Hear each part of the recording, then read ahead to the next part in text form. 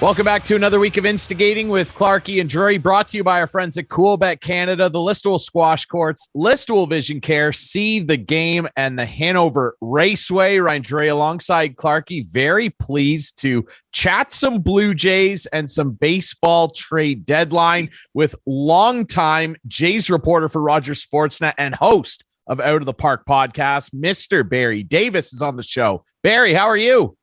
Well, I don't think I've been called Mr. since I don't think anyone's ever called me Mr. So I'll take that, Ryan, as a compliment. Thank you. Although it makes me feel like I'm old too. So you are. Yeah, I know. Okay, Clarkie, hold on. Well, we go back till like 1989. What time when did you start at the Fan? 92. That was the 92. That was a decent year for the Blue Jays, from what I recall. It was a decent year. Yeah. And there's little Barry Davis on the board. He was operating a show. And now look where he went. He went all the way to Rogers and did a great job. And then, as with a lot of good talent, Rogers said, "See you later," and boom, that's it. And I wasn't going to get into this, but Ryan, I don't even know if you know this, Ryan. Just to clarify, it wasn't a see you later. It was we're going in another direction with our Blue Jays coverage, and see you later. No, well, I was offered the opportunity to stay at Sportsnet, but I just had no idea what they were going to have me do, and so. They decided to move another direction. I decided to move another direction as well. And I love where I'm at right now. I mean, it got me back into doing music. Chris, I don't even know if you even remembered me as a musician, because I pretty much gave it up 25 years and I was only doing it for fun.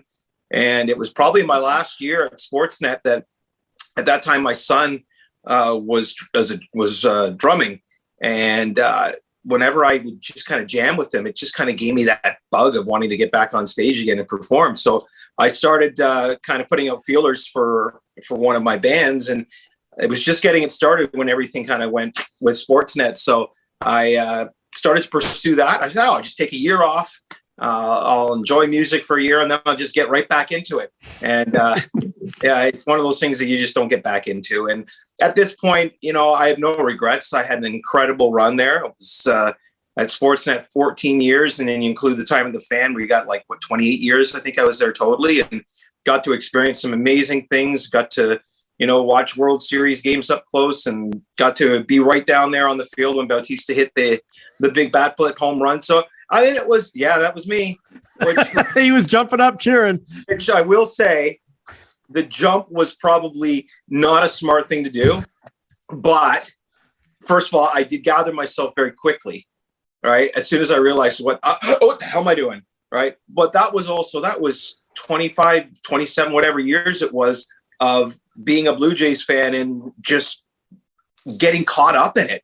And it was really hard to do. And if it wasn't for the fact that I was part of the broadcast, I think it probably wouldn't have gone over. I don't think it went over well with a lot of the other media people, but whatever, right? It was such an incredible game and such a suspenseful home run. I remember when he hit it, I said, this will go down as a memorable home run forever. Yeah. And I had that argument with a guy you and I both know, Mike Gentili, and Mike was like, no, it won't. It wasn't that big. They didn't win a World Series because of it. And I said, you watch, it'll be in history forever. And yeah, I think it's showing it is. Yeah. Listen, if the Blue Jays had won 3 or 4 World Series after that, or in between, maybe it wouldn't be as big of a deal. But let's face it, that was the first time the Jays were back in the postseason. And it wasn't just the home run, right? It was everything that led up to the home run. And, that inning before, I was literally wondering if I was going to get drilled with a beer bottle. And I had a clipboard that I was holding over top of my head because my back's to the crowd. So I don't see what's coming. But things were flying beside me. And I'm like, crap, this is not going to go over very well. So there was just so much in all the confusion and nobody really knowing why that run was allowed to score. And didn't the umpire call timeout? And it was just a mess, right? The fans were irate over it.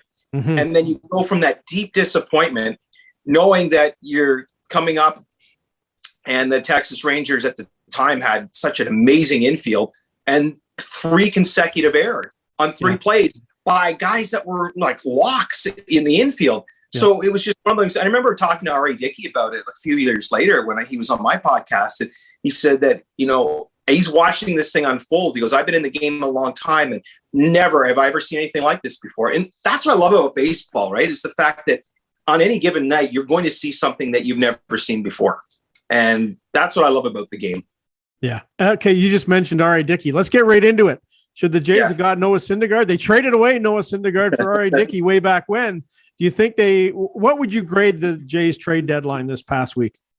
Well, there's a variable in here too, Chris. And did they do enough to compete with the Yankees? No.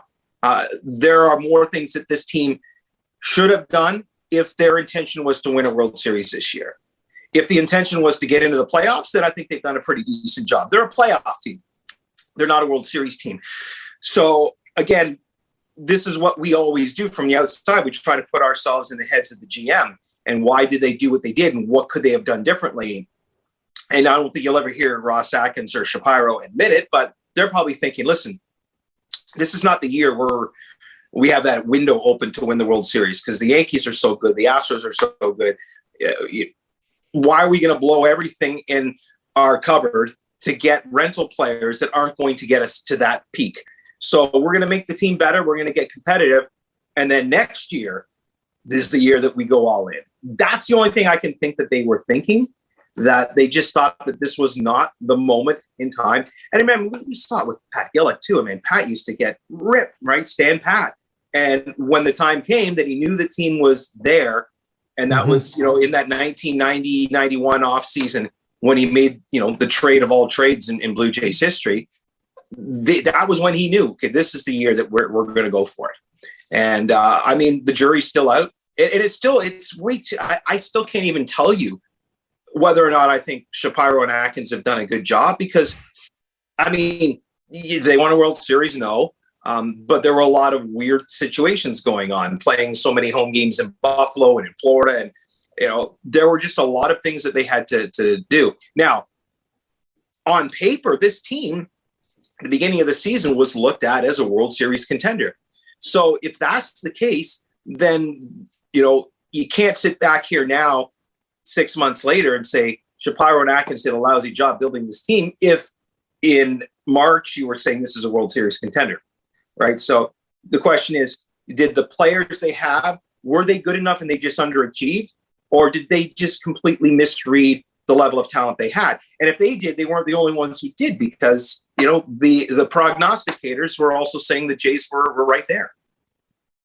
You're right. And I don't think that you're far off in what their assessment is in terms of the front office. If you want an answer, I said on Twitter, Clarky, I would just bluntly, is the team better than they were prior to the deadline? Yeah, they are better. Anthony Bass and Zach Pop have some talent. Are they the flamethrowers that people wanted with the heavy swing and miss stuff?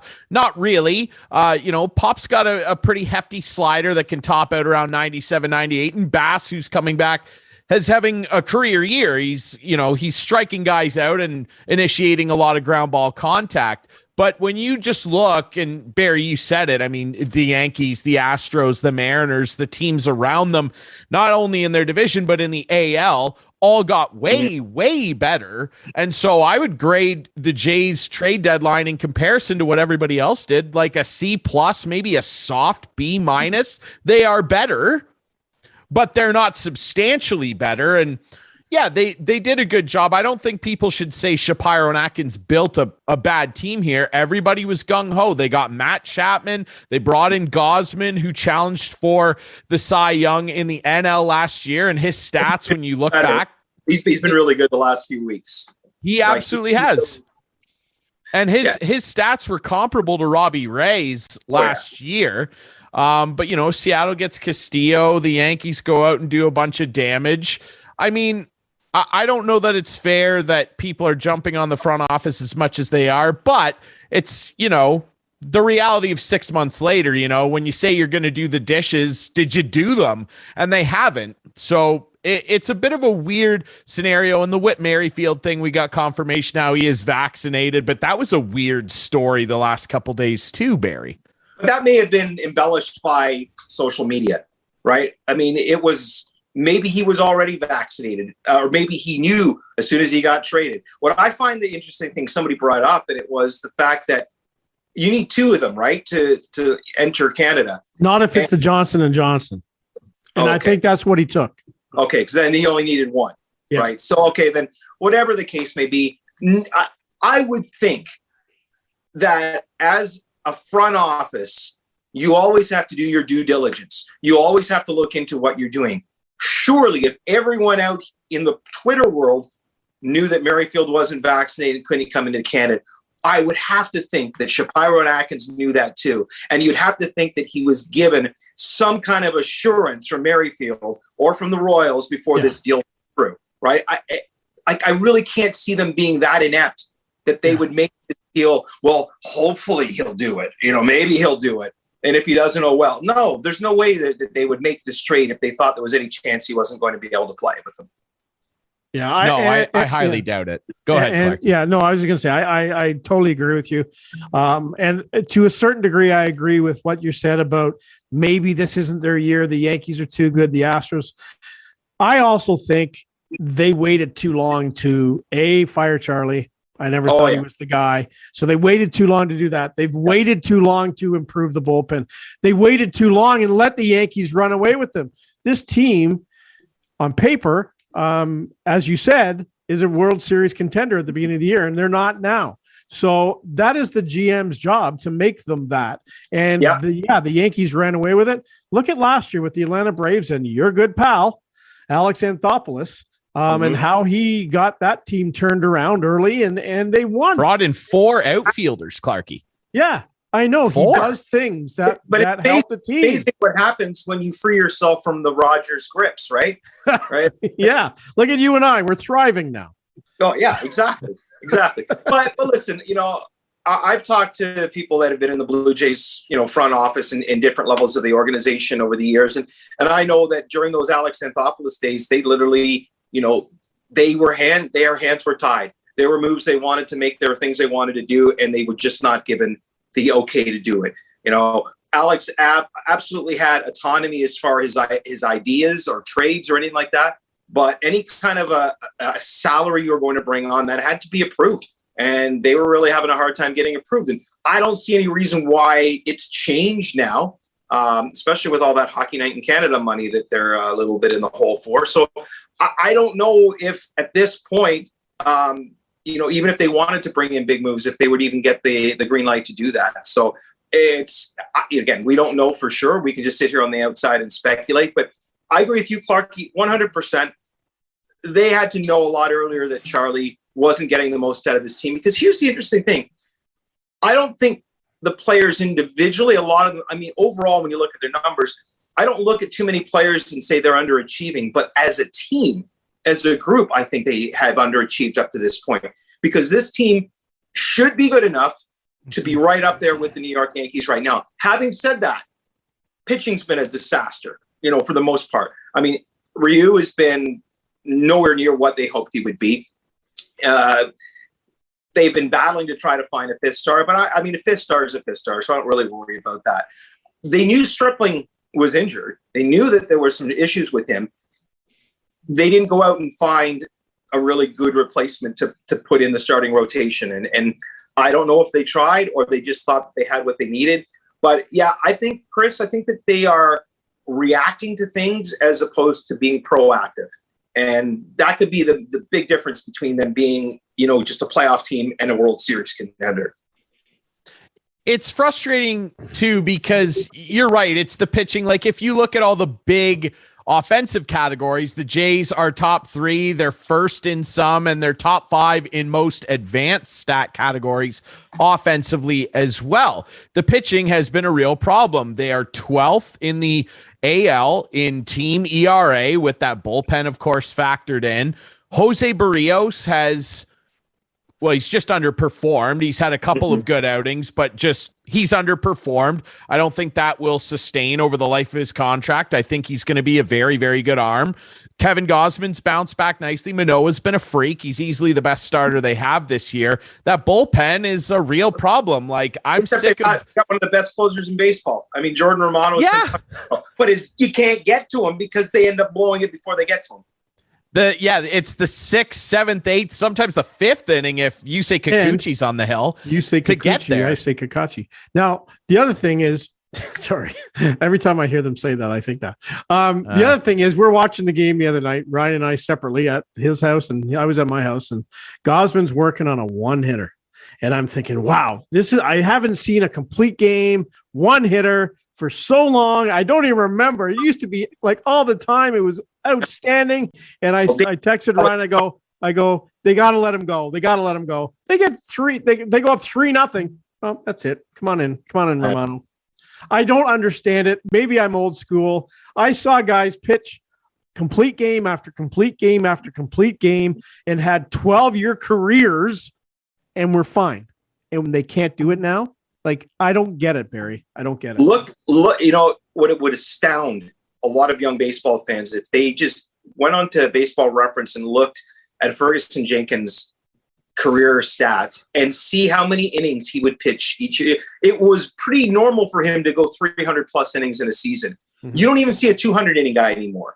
Mm-hmm. I mean, all these starting pitching records that, for wins and complete games, that's never going to happen again. And I'm like you, call me an old freaking fuddy-duddy, but man, oh man, like, pitching is not what it used to be. And, Dwayne Ward, I spoke to him about 5-6 years ago, and he saw this coming, and he said, mark my words. He goes, in the next few years, there's not going to be starters and relievers. There's just going to be pitchers. And and that's going to really change the way these guys get paid too, right? Because starting pitchers weigh so much more money than relievers. But now if they're just all pitchers, there's no real starters. It's going to really change the financial scope of how pitchers get paid. But yeah, I hate it. Starting pitchers, you got to go 6-7 innings. This whole, now it used to be 100 pitches and you're out. Now they don't even it's like twice through the order and you're out, right? And again, this is coming from how they're prepping pitchers for the major leagues. They're just not, they're probably for sure modeled at a young age and through college and the minor leagues. And by the time they get to the big leagues, 3 innings is airing it out for them. It's bizarre. It's bizarre to me. I mean, even Kikuchi the other day when he pitched pretty well in his second start since getting called back up, he threw 76 pitches and he was done after 4 2/3. It's just like, it's bizarre. No, you don't want Kikuchi throwing 100 pitches, but Kevin Gausman, 115 or so, which he did once last year for San Francisco. Manoah even said recently in an Athletic article, he's like not very happy with the way starting pitchers are treated now. I mean, we're a day away from, or we're a day past the anniversary of Nolan Ryan beating up Ventura when he charged him. Nolan Ryan, you couldn't yank that guy off the hill. Complete games all the time. And what really ticks me off, though, is what Barry mentioned earlier. The bullpen is not good. No. So why can't we stretch our at least 3 good starters out a little more and let them pitch a little more? I don't get it. I'm glad we're all in agreement. And, you bring up the Nolan Ryan thing, and I always think of the 91 World Series and Jack Morris going into the 10th inning. And, when he worked at Sportsnet, I had a chance to work with him, and I asked him about that, and he said, there was no chance in hell they were pulling me out of that game. They looked at me a couple of times, and I just kind of gave that scowl, like, you're not pulling me out of this game. Dave Stieb was the same way. You were taking Dave out of the game. I'm trying to think of the last guy I remember in a Blue Jays uniform that could be like that, and probably Roy Halladay, right? Like, he would decide when he's up. And, one thing that Cito used to always say, love him or hate him, Cito used to say, I don't take the pitchers out of the game. They take themselves out of the game. When the guy's done, right? Yeah. Whether it's the release point changes, the velocity goes down, they're missing their spots. But if a guy's going, one hitter, he had a one hitter going, and no danger at all. Was it the Rays last year pulled a guy with a no hitter going, right? I it mean, was earlier this year. They happened too. Yeah, I mean, it's Someone They got did it to pulled this year. Kershaw. Yeah, They did it to this year, Kershaw. yeah. what Oh, thing. it's- I think like- last year or 2 years ago, the Houston Astros had a 3-pitcher no hitter because Joe Yeah. Biagini. That doesn't count, by the way. No, Yeah, Joe Biagini, your buddy. yeah, Yeah. another story for another day. But yeah, it's it's one of the parts. 2 things I hate about baseball. Number 1 is that pitchers don't go deep into games, and number 2 is that you can't take a catcher out at home plate because And I've spoken to a lot of catchers like that played the game back when that was part of it, including a guy that was a longtime Blue Jay minor leaguer named Brian Gerolman. Look this guy up on YouTube. It was the most terrific home plate collision ever. The guy almost died on the field. And he said it's because I did not set up properly. I totally would welcome guys coming at me, right? Buck Martinez lying on the ground with a broken leg, throwing at, Gorman Thomas or tagging him, right? Like that stuff just doesn't happen anymore. And those are 2 things about baseball that I'm the grumpy old man about. Yeah, I mean, you think back to Ray Fosse. Pete Rose ran him over at the All-Star game and broke his arm. God rest Ray Fosse, of course. And yeah, it's just a long ago. Yeah, well, they really changed it after the Buster Posey thing. Was when they got rid of it, and I would like to see it come back too, but I just don't think it's going to happen. For reference, for anybody wondering, Sandy Alcantara is leading the majors with 3 complete games this year, which I mean, any. I know it is stunning. He has that many, isn't it? Like, and I mean, he's a freak. I want to ask you, Barry, just about your impressions of some of this young core. Now, Vladdy's been up and down. He's hot right now, and I don't think people are generally worried about him. But when you look at a guy like Bo Bichette, he has kind of, well, not even kind of, he's just underwhelmed. I've not been overly impressed with how he's played on either side of the ball, to be frank, for a majority of the season. He's had little patches here and there, but he's a swing and miss guy. He hacks for power. I don't think he'll ever really hit for average, but what's your impression of where his game is at right now? And do you think he's the long-term guy at short? But here, I've thought a lot about this, Ryan, because it's one of the more frustrating guys to watch on the Blue Jays because talent-wise, I mean, this guy he's got all the tools. He should be a perennial all-star. I honestly think the issues with him are in his head right now. When you see the throws, it brings back those Chuck Knobloch memories when he had the yips, right? And I know a lot of young players have a really hard time separating what they do at the plate from what they do in the field, and also being able to separate a good out from just an out. And what I mean is, if you make good contact and you line it maybe the other way, but it just happens to get caught, and you're like, shit, sorry, I don't know if I can just say that on your show, but I'm 0 for 1 now. Now my average is going down to this, and then you start thinking about it, and then all of a sudden you don't even get good at bats anymore because you're so in your head. I mean, this game of baseball has become so freaking mental. And, they've got about 10 physical trainers on the team, and they got 1 mental health coach, right? And it's like the mental part of the game has become, we know now, is so much more than the physical part in some ways. And I think Bo's gotten into his own head. I think that if they can find a way to straighten out that part of his game, I think the talent's there, and he can definitely be the guy that you want. I've said this from day one, though, just from the whole psyche of these 2 guys, I still have more faith in Kevin Biggio being a long-time player in this league than Bo Bichette. Interesting. That's really interesting. Why do you think that? Well, I mean, I think that Kevin, from watching him, I think the kid, he's a very smart player. He's got a really good eye. He takes a lot of walks. He's solid. He's not spectacular, but he's solid defensively. But I just think for him, it's just a matter of getting more reps, working on his swing, maybe changing a few things here and there in his approach. But I think mentally, I can see this guy maybe not being an all-star, maybe not being a top 5 in the order type of guy, but someone that's going to be in the league a really long time. That's going to be, a guy that you can have on your team, whether it be as a 5th outfielder or someone. But I just think I really like the way the guy looks at the game of baseball, just the decisions he makes. And I think more than anything, he doesn't have a lot of hits, but he does walk a lot, and he has a really good eye at the plate. And that part of him, I think, is a cool asset that he has. Well, for people that are maybe doubting that, I mean, at the beginning of last season, MLB Network called him the number 5 second baseman in the American League, based largely on his defensive ability, which I think he's a great defender. He's a guy that gets super, super hot, super, super cold at the plate. But if he can round that out a little more, he's a great utility player. You can put him just about anywhere in the field, and he can be useful for you. I want to ask you as well, just about, you brought this up earlier about past front offices being a little constrained by Rogers. And that's frustrating to me as a fan, because they're the 3rd or 4th richest ownership group in baseball. They have the 11th highest payroll. That's just not something that I think fans want to hear. And I know there's a lot that goes into the business of running sports, but I don't think that the fans that are paying $17 for beers want to hear stuff like that.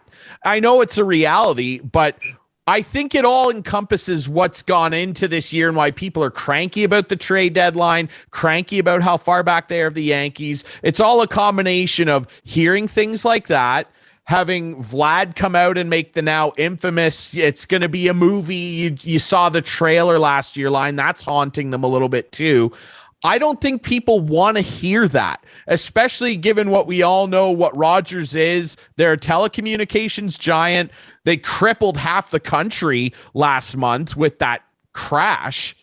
People don't want to hear excuses like this, Barry. No, absolutely they don't.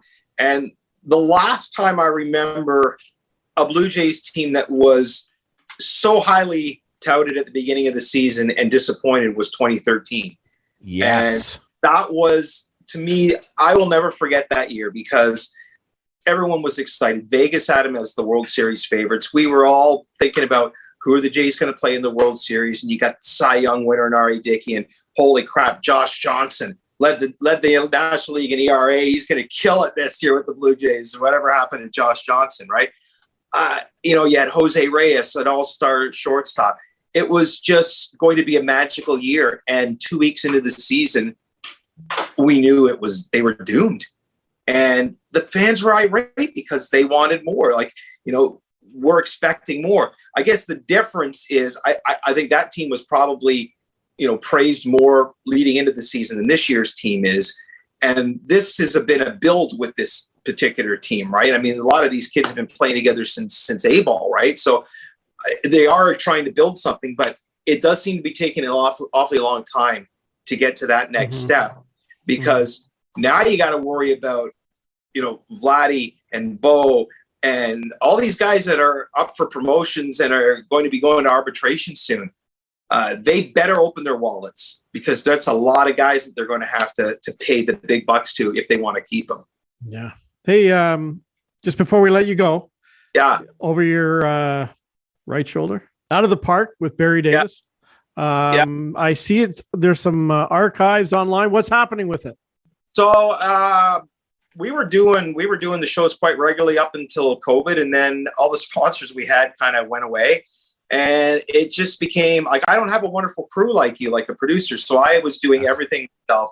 I was booking the guests, I was hosting the show, I was editing the show, and then we started doing it on Zoom. So it was editing video and then trying to promote the thing, and then trying to get sponsors at the same time. And it just became a little overwhelming. The show would drop every Sunday morning, and I'd be up till about 4:30 in the morning Saturday night editing to make sure that the show was ready to go. So it just became a lot.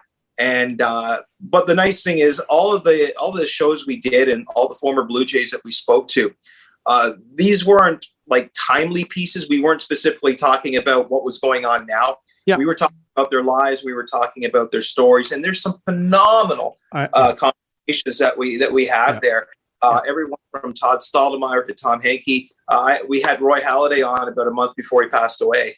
And I remember a specific episode that you had and you talked about it online, and I chimed in with Dave Steeb. Steeb was the guy who nearly made me quit the media. I have no time, respect for him, but he actually said on your podcast that he regrets the way he treated the media back then. Absolutely. But, Jack Morris was the same way. Yeah. You know, he was horrible with me. And if you got time, I'll share a real quick Jack Morris story. So when he started working for Sportsnet, we were doing stuff on the field together. And after a few times I said, I'm just going to say it. I'm saying, Jack, when you were with the Toronto Blue Jays, I was just rookie Cub reporter. And I got to tell you, you were such an asshole and you scared the shit out of me. And he looks at me and goes, you thought I was bad then? You should have seen me in Detroit. And at that point I went, okay. So he's kind of let down the ropes a little bit. And he knows that he would have been in the Hall of Fame years ago if he was better with the media. Okay. One more thing before we let you go. I know I already said that, but one more thing. And we're going to get you back on. I want to talk about some of these old guys because I would love to reminisce with you about it. But we've had a huge disagreement about a particular player in Jay's history. I'm going to give you 30 seconds to tell me and the audience. Are you and Ryan? You and I? You and I, Barry. Oh no, you'll know. I'm going to give you 30 seconds to tell me why Chris Colabello had a bad rap. A bad rap. Absolutely. So Chris Colabello, first of all, is a very intelligent guy. He knew exactly what was going on. He knew exactly that they were being tested. He actually went and got tested earlier before he had to be tested. So he was totally prepared to be tested. If he had any inkling that he had something in his system that was going to cause him to be suspended, he wouldn't have been tested or pushed for the test. He wouldn't do it then, number one. Number two, the little sampling of whatever metabol that they found in his system, okay? It's also been found in a number of UFC fighters. And these UFC fighters that they've tested scientifically, you can look this up. There are certain chemicals that some people produce naturally that when connecting with another chemical, which is a legal chemical, could show this trace. And that's the fight that Chris Colabello has had. He had absolutely no reason to do this. And I got to know him really well personally. And I just do it doesn't, there's no, you could tell me 50 other Blue Jay players in history that I thought more likely would do it than Chris. So I've had really long, deep conversations with him, and I 100% believe him. He knows he's not playing Major League Baseball again. He's gone on with his life, but he wants to clear his name. It's not about getting back into the game. He just wants, and he knows that there will be people probably like you, Chris, that will never believe. I'm skeptical. I'm skeptical, but and he knows that, and you have every right to be skeptical because you're just basing it on what you see before you. Yeah. And there's so much behind the story that, that again, I really hope. And when I last spoke to him, he said, he's very, very close to getting to be able to reveal that this is, official now from a doctor signed that this is why this was. Okay. And we'll have you back on when that happens. Yeah, we'll have to. Before we'll have you on before then for sure. Absolutely. Yeah. And quickly, what are you doing now? What am I doing now? Yeah, tell the people. We have a common now. What is this airing, first of all? Friday Tomorrow. night. Okay, Friday night. Okay, so Saturday night, my Tom Petty tribute, We Ain't Petty, is playing at the Linsmore. That's on the Danforth. Awesome night. It's a really cool place. We play 3 full sets. We got about 35 Tom Petty great songs, and it's going to be a great show. So that's band number 1. Band number 2 is this one, Driven, Tribute to the Cars. We also, as part of that show, we do an 80s tribute with the same guys. We call the band the Idiots. So we do a lot of that kind of 80s new wave pop rock kind of music with that. And then I have a duo that I do where we play Beatles songs, and we play a lot in Burlington. There's a restaurant called The Block. I'm giving you a little plug, The Block, a little charcuterie place that we play 2 or 3 times a month. So we're called Nowhere Men. That's the Beatles duo. So there you go. And what are you doing for a living? Oh yeah, I plug my music. Of course, I should also plug that. I am a car salesman. Is that what we call it nowadays? Sales consultant. Sales and leasing consultant. Yeah. Yes, for Bolton Honda. Where guys, I know that cars are almost impossible to find. Chris, you know too that new cars are like really hard to find. But we have on our lot right now over 100 used cars. We have everything from any. Okay, let's wrap it up, Ryan. It's time to go. Larry Hudson's has lots of cars, lots of trucks. See you, Barry. Thanks for joining us. No. So Walton Honda, come see me there. Larry Hudson's Listowel. So where it's at. Okay, I need to be selfish here for a second because you're a musician. I'm a musician. I'm in a couple bands as well, Barry. I want to tell you that boy, the Cars and Tom Petty. That's two of my all-time favorite artists. And you'll have to this sometime. I will absolutely. I'll go with That's you. amazing. Yeah, let's go do it. Tom Petty's like my idol. Oh. I got to ask you a tough question. Do you got a favorite Petty song? Maybe a couple? You know what? I used to have, like, my favorites used to be the favorites that everybody knew, right? But now that I've dug deep into the archives, I mean, to me, the Wildflowers album is my favorite album that he did. And the title track is fantastic. And, oh man, it's so hard. Like, it changes every day. But right now I'll say Wildflowers because we've just actually added that to our set and we're playing it Saturday night. So it's, that's my favorite. But what do you do musically? You play guitar? You sing? What do you do? I'm a singer and I play more like metal, like heavy stuff. Nice. But, yeah, it's heavy. I've actually, well, not as heavy as what you play, but I'm actually in the process. I've been asked if I would play bass in a Motley Crue tribute. Oh, So, yeah. considering that. So, Nice, you know, Barry. Nice. yeah. Kickstart your heart, man. Great. Chris, if you come to see my band, I promise you, if it's the 80s band, I will do a Lionel Richie song for you and I'll dedicate it to you. Yes. I am going to see him in August in New York, and I'm going to see him in Vegas in October. And maybe I'm going to see him in November in Atlanta with Billy Joel. That's Wow. going to be good. Ooh, Yeah. Is he your penny lover? I'm stuck on him. Stuck on you. Yeah. Good Well, good we can for do it you. all night long, Chris, but we got to go. Yeah. We're running with the night here. When I come see your Petty band, hit me with some two gunslingers, all right? That's my one request. Oh, all right. Too. Yes. I mean, one day I'm sure we'll play, but it'll be lighter. We'll be playing easy on Sunday morning. Yeah. Good. Beautiful. Still. All right. That's perfect. Barry, we appreciate you doing this. Before we go and throw to a great interview that I did with Brett Lee, the owner and operator of the Walton Raceway, the Grand National Championships are taking place there from August 10th to 14th. Go and see some great motocross action. Before we throw to that, obviously, we just got to send our thoughts and prayers to the family of Vin Scully. Everybody loved Vin. He was the poet laureate of baseball. Nobody spoke more romantically about the game than Vin. So rest in peace, Vin.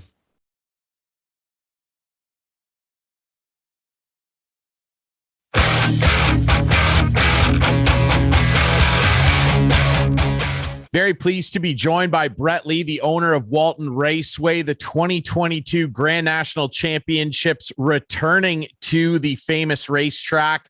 Brett, it's got to be really exciting. Let's talk a bit about the event. What can people expect from August 10th to 14th? It's going to be a lot of fun. What can fans expect? It's a lot of what it's always been. It's the best racers in Canada are coming together this year, and it's a big crowd of amateurs. I mean, we got really unreal representation from across the country. I mean, I know one class in particular, the Super Mini, which is, kids in that 12 to 16 range. We have 15 from Alberta alone coming, right? And so it's really super strong, a national representation at this event. And it all leads into our pro day, which is going to be unreal because we have Dylan Wright, who's running for his third national title, but he's working on a perfect season. And then we got coming in to challenge him is U.S. national champ Zach Osborne. He's a Supercross champion, super high profile, and it's going to really bring out a lot of core fans who follow the sport. And if you're someone who's just kind of fringe, it's a unique opportunity to see like a couple world-class guys really compete on a national level. And I know Wright, he's actually a guy that, ties in well with the history at the racetrack because he was discovered there and kind of launched his pro career there along other guys like Ryder McNabb and just to name a few. So obviously the event, I mean, it's grown so much over the years, but I don't know if a lot of people realize just how many guys can actually launch their pro career with the exposure that they get at your racetrack in this event. Yeah, it's funny because us as local Huron County people, we don't really think of ourselves as a place where national careers get launched. But you're right, Dylan, every kid who wins a national title basically goes on to land a factory ride in Canada, maybe goes on a little further. Dylan's a great example. Last year, he competed in the World GPs, several top 10s in the World GPs. He's came back to Canada. He's already courting a ride to go back to the World GPs again. Him and Ryder are both going to be representing Canada at the Motocross Nations, where they go to Buchanan, Michigan, and there was last time 75,000 people there at a motocross race. So these guys are at the top of the sport, and it's amazing. Ryder's a great example too. I mean, 3 years ago, he was racing here in that super mini class we were talking about. He knows people in our community because he comes here all the time, and his family was camping here for 2 weeks, so they were staying at some local families. So it's become this just like cool place that people come, and they see Walton as a really special place to come to, Huron County, a cool place to come to, where they know this is sort of like the mecca of motocross. I mean, it's called Motocross Town, but it really is a special place for a lot of people who travel here. It certainly is. I've had the pleasure of attending a couple of the events there over the years. And obviously the last few years have been very challenging for the entire sports world. But of course, motocross would be included in that. Tell us a little bit about some of the ups and downs that not only the racetrack has had to go through, but I mean, the sport of motocross in general, it hasn't been easy. No, and you're right. It's a pain that everybody's felt in some way or another.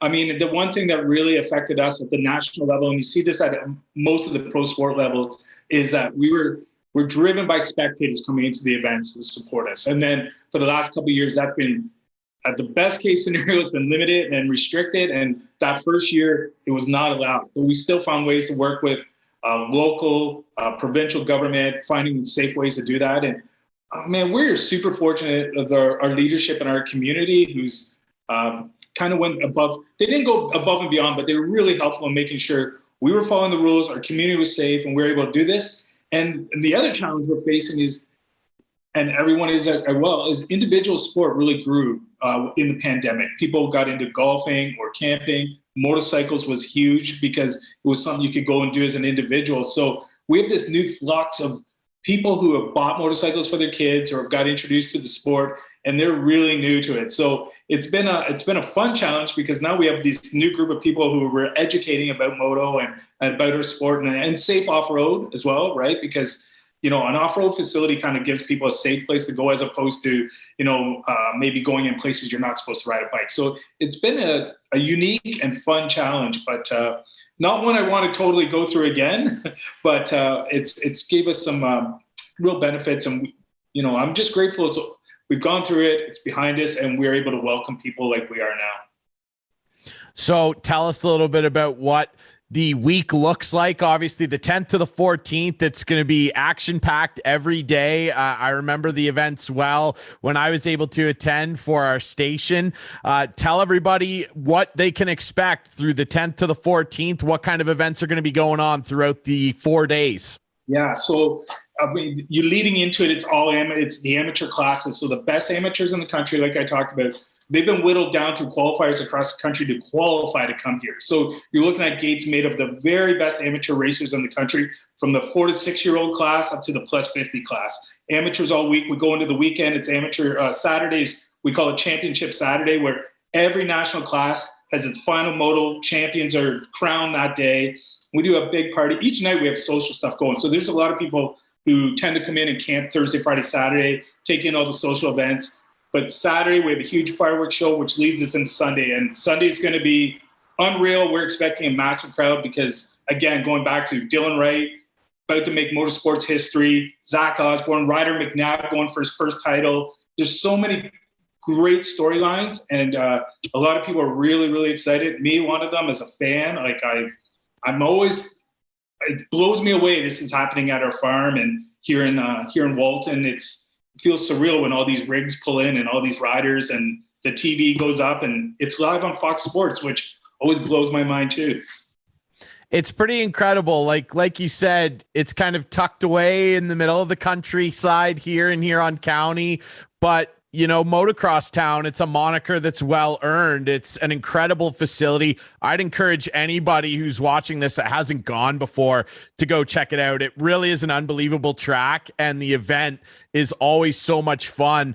And, you know, we've talked about some local guys and Canadian guys that go and launch pro careers on top of the great amateur racers that are coming and competing for eyes on them from sponsors. And of course, the pros that are going to be there.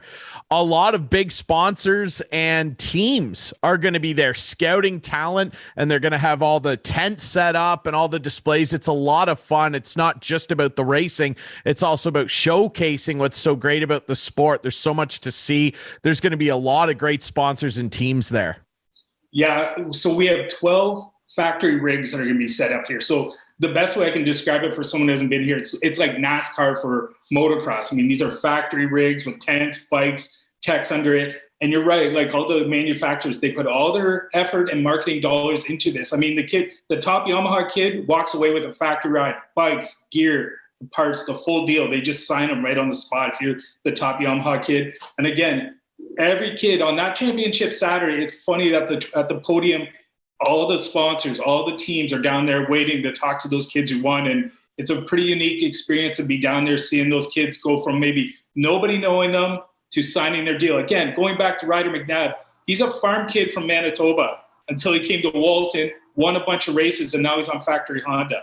It's a quite a ride for these guys, and it's a cool thing to see. And people can come in and take it all in. They can camp, or again, we have night activities going on all the time. They can go to our website or our social media. It's super easy to find at Walton Raceway and just check out what's going on. And I mean, it's at my place, but it's a unique, fun thing for people to do. And it's always good to say that's something you went to in your own backyard.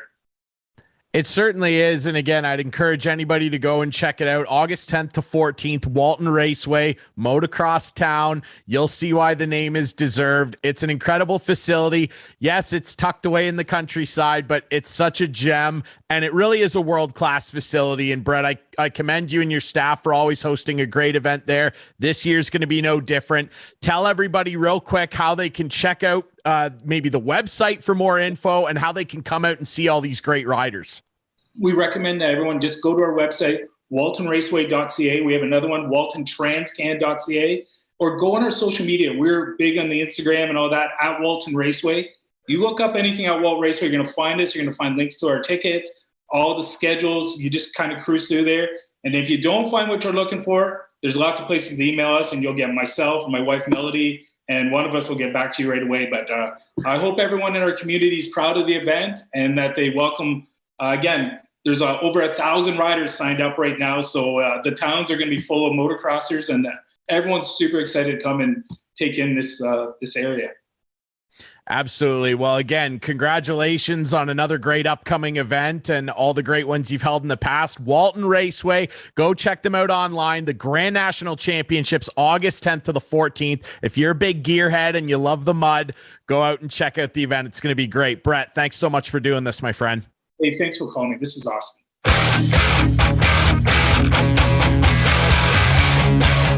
Wrapping things up this week on Instigating with Clarkie and Drury, brought to you by our friends at Coolbet Canada, the Listowel Squash Courts, Listowel Vision Care, See the Game, and Hanover Raceway. And speaking of the aforementioned Coolbet Canada, we are joined by our friend, wagering expert Jake Boland-Moss. JBM, how you doing, man? Pretty good. Still can't believe I'm a wagering expert, but I'll take what I can get. You're a wagering expert to us, my friend. And hey, you're a Patriots fan like myself, and so that puts you in my good books. You know that. And we'll talk about those Patriots in a couple minutes. Before we dig into some NFL futures, because football is right around the corner, everybody's excited. The probably biggest wagering sport in North America, certainly. I want to ask your opinion real quick. We've talked a lot about the Jays on this episode, and they had I guess in comparison to others, quiet deadline. They did acquire some pieces. The team's definitely better, but I don't know if they maybe made waves quite the way that the Yankees and other teams did. I know a lot of betting books still had them at around plus 14, plus 1,500 to win the World Series. Actually dropped to about plus 1,700. So a two-part question. Do you like what they did at the trade deadline? And do you agree with the drop in their odds? Yeah, I mean, I think it's twofold, right? I think you can like what they did, but also see that, I mean, the teams they're supposed to be competing with did more, right? So they addressed the bullpen pieces, a few at least. They probably still needed a high velocity arm in the bullpen they probably could have used. Another starter, but apparently the more I read about Mitch White, apparently there's a lot of Dodgers fans liked him. Maybe there's something there that that the fans don't necessarily know about. Because it always seems like the fans think they know the most. The lefty bat was a little frustrating. I was hoping we were going to get one of those. Ian Happ was right there. I mean, I don't know. It felt like there's something we could have addressed, but it is what it is. This is the team they're going to roll with. I just don't know if they can compete in a divisional series or a league championship against a team like Houston, against a team like the Yankees. And then if somehow they get through all that and they get to a World Series, well, you're looking at a team like the Dodgers, you're looking at a team like the Padres. I don't know. It's tough to be too thrilled considering all the moves that the big dogs did make out there. So I don't know. It's frustrating, but you got to take what you get, right? I mean, the fans can make all the trades in their mind that they want, but at the end of the day, management does what it does, and you got to live with the team you got. Yep, everybody likes to be an armchair GM. I'm one of them for sure. And yeah, Ian Happ and Contreras, very surprised that they didn't move from the Cubs, but that's neither here nor there. Let's talk about some football, man. And obviously, there's a lot to be excited about. A lot of big names changed teams, of course. Tyreek Hill, Devontae Adams. What are some big futures bets that you're looking at ahead of time here before the season kicks off that you're going to sprinkle some change on? Yeah, I mean, I jumped on about 30 minutes before we got on here and took a look at some stuff. And right off the bat, the Colts kind of caught my eye. One of the easier schedules in football this year. Their win total set at 9.5, although the over is pretty juicy at minus 152. But you can get their division odds at minus 125. They bring in Matt Ryan. They still got Jonathan Taylor in the backfield, who's arguably one of the best running backs in the game. I don't know. I just think it's a solid team there, and they got an easy schedule, right? I mean, you look, they're going to get the Texans twice. Jacksonville's still coming on their come up, so they're going to get them twice. Tennessee, I don't necessarily think got better. A.J. Brown leaves, and that wide receiver core just doesn't look like it has in the past. Julio's gone now. So they still have Derrick Henry, but it remains to be seen, right? I think it was a pretty tough loss last year in I think they had a home divisional game that they lose to the Bengals on just messy plays. I think the first play of the game was an interception for the offense, and the last play for the offense was also an interception that set up the McPherson kick to win. So I think you look at the Colts, and I think you just see a solid football club. I would take their win total, and I would take them to win the division.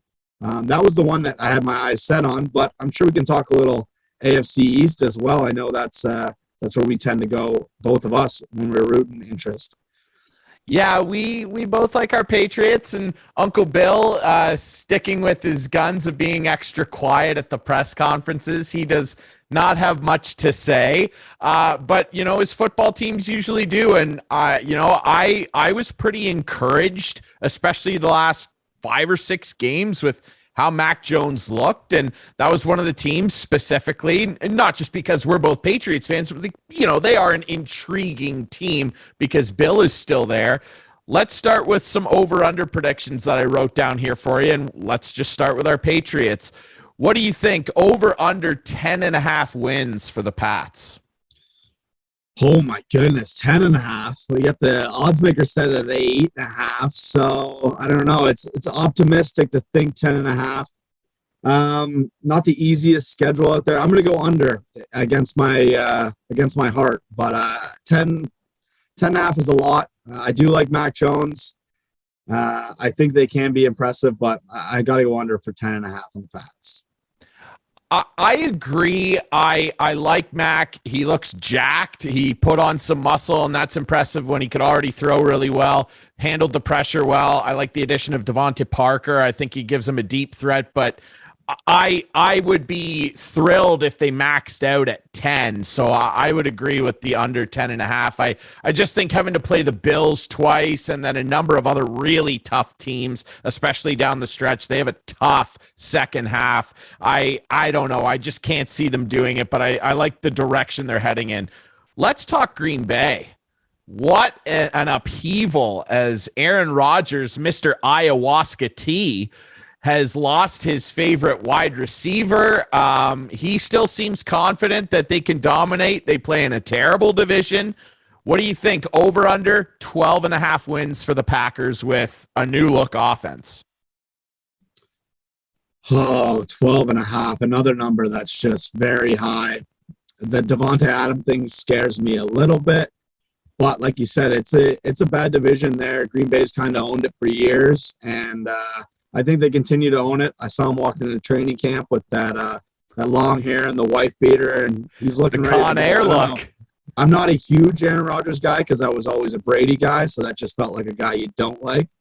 But I think if anyone's going to do it, it's going to be him. And he seems like a guy who can pick up a ton of regular season wins. When it comes to playoffs, maybe a little different. I'll go over on 12.5 for the Packers.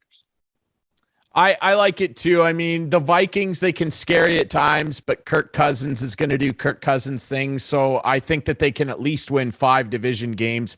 And then, I like Aaron Rodgers against just about anybody. So yeah, it's a tough one, but I would agree with the over there. Let's talk about Cleveland. And I mean, boy, what a mess this is. The Haslam family, it's just a disaster what's gone on with Deshaun Watson. The NFL has appealed his suspension. I wouldn't be surprised, and I believe he should not play this year, but that's neither here nor there. Let's talk about their potential win total. Assuming the 6-game suspension stands and he's able to play the other 11.5 wins for Cleveland, over under. Oh, my goodness. I don't know. Deshaun Watson is a talent, but that's on the football field. Everything else off seems to be a bit of a mess. So with the appeal to suspension, like you said, it stays at 6. He gets 11 games for them. I'm going under. I know they have an easy schedule off the bat. I think they only play one division game in those first 6. But I don't know. It just seems like they have bigger issues going on in Cleveland. I mean, the talent is there, but I don't know. When it comes, it just feels like it's an internal collapse at some point this season. And I think to get to 11 wins in a division that's still really solid with the Bengals and the Ravens, we don't know what Pittsburgh's going to look like, but Tomlin always finds a way to get right around that 500 mark. So a tough division still. I think I got to go under 11.5 for the Browns, just with the uncertainty of what's going on there with the quarterback. I would absolutely agree. There's plenty of talent there on defense, and they've still got plenty of offensive weapons. We know what those running backs can do, but just how much of the load can they carry, especially down the stretch. One more for you on the over-under mark, and it's a team that everybody likes to rip on. It's the Dallas Cowboys. How about 10.5 over-under wins for the Cowboys? Not a very good division, but the Eagles did improve, and they invested quite a bit in their defense. We'll see if Jalen Hurts can take the next step forward, but the Cowboys have plenty of talent too. Can they finally put it all together? Over-under 10.5. What do you think? Yeah, I actually was high on the Cowboys last year going into the playoffs. I thought there was a lot of talent on that roster. And obviously that backfired on me, which, I mean, shame on me. It's the Cowboys. I should know better. But I don't know. I still have belief in the talent that is there. Obviously, like you mentioned, the Eagles did get a lot better, and they invested heavy in that defense. So that's a little scary. But the Giants, the football team, or I guess the Commanders now, not two teams I'm too concerned about when it comes to divisional play. I think the Cowboys can manage. I'll take their over, just a nice clean 2 overs, 2 unders. So I'll go over on the Cowboys at 10.5. Yeah, I agree. I still think there's so much talent there that they'll be able to beat up on the lesser teams, particularly in their division. And if Dak's healthy, I think it would be a major upset if they didn't win at least 11 games. So I will take the over as well. And I had faith in them last year too, Jake. I had them going to the NFC Championship game. That did not happen. I lost a bet with my boss. Still owe you a steak dinner, Steve. Don't worry, I didn't forget. Real quick as well, we got to talk MVP. Who's a favorite for you to win MVP, and who's maybe a dark horse for you? Oh, God. Let me take a look at the lines here. And sorry I wasn't prepared for the MVP, but Tom, I know he's high up on the list, but if this is the last year with an easier schedule for his Bucks, and they just got Julio in there, that seems like a guy who could just kind of put up the numbers, but I think he's more worried about the regular season. So, I look at Herbert. I love Herbert. That's a really tough division, but I think this could be a huge stepping stone year where he's like, hey, Mahomes, it's me and you, buddy, and it's going to be me and you in this division for a long time. So I could see him. I'd never pick Russell Wilson because for whatever reason, that never lasts and he never gets MVP votes. That's like the running joke. Moving down the list, it's hard to shy away from the quarterback position, right? I think midway through the season, I took Derrick Henry. Of course, he gets injured, and that killed that prop. So I think you got to stick with quarterbacks when it comes to MVP. I see Deshaun Watson down there. Lamar at 2,200. He's won an MVP in the past. Maybe it's a great year for a bounce back. He had some injury problems last year, but I think it could be a good bounce back year for him. Besides that, Cooper Kupp maybe, but I expect regression on his end. So I go Lamar, I think, as my sleeper, 2,200. Further I move down the list, the less I like. So I'd stick with him. I wouldn't go really any lower than that. Derek Carr is the next one at 3,300. And it's just that division, like I already mentioned, is super tough. I'd probably shy away from him. I go Lamar. I like that too. Yeah, I think Tom would be a favorite. Many would argue he should have won it last year, and he didn't. He put up a career high in yards. I like him for my favorite too. Derek Carr was a guy I thought about. You never know, the connection with Devontae Adams. I'll throw out like a real dark horse, like a wild dark horse. And it'll sound a little crazy. Maybe you'll get a giggle out of this, but it's either going to blow up in my face or I might look like a genius. What about Baker Mayfield? What if he just clicks with Christian McCaffrey and that talented receiver core down there? What if? I don't love the odds, but if you want a real dark horse, what if Baker walks out of Cleveland with a chip on his shoulder? They play each other week 1. Baker might walk in there and drop 300 on them. I don't know. I think that this is his last chance, right? So I don't know. That's a way off the board dark horse, but I don't know. I might sprinkle like $5 on Baker. Yeah, I think what I got here, 12,500 plus 12,500, pretty deep down the board. I'm sure that has something to do with, have they confirmed him as the starter yet? I'm sure he'll play against Cleveland. And I wouldn't be surprised if he does go out and drop the 300 against them in the first week, but then he has to do it every week following to kind of stay in that race, right? We see a lot of quarterbacks come out and have really good first weeks and, it's a different year for him. And then it kind of regression to the mean. Everyone kind of goes to where they've been for a long time. It's the younger guys that you don't really know as much about, obviously. Some of the sophomore guys like a Trevor Lawrence, but you got to think about like a ball club like his. Is it ready to take off and take that next jump? He's probably a couple years away from being in those conversations. You could look at a guy like Devontae Adams. I know you mentioned Carr. He's at plus 10,000. And if Carr does have a good year and maybe that's all he's been missing, you never know. Maybe he's kind of that piece that makes that Raiders offense click, and they'd have to win that division. And I think that would become something where it's like, okay, Carr, Adams, this is making a lot more sense. You just won one of the biggest divisions of football. I don't think outside of winning that division, I don't see how they could, either one of them personally could win the MVP. I agree. I think they'd have to win the division and have monster years. We're we're probably talking 40, 45 touchdowns for Carr. I mean, if Adams wants to be in the mix, he's probably going to have to catch 18, 19 and have close to 2,000 yards. Possible, maybe, but I don't love it with the teams that they have to play that can eat up the clock, like Herbert and, of course, Mahomes.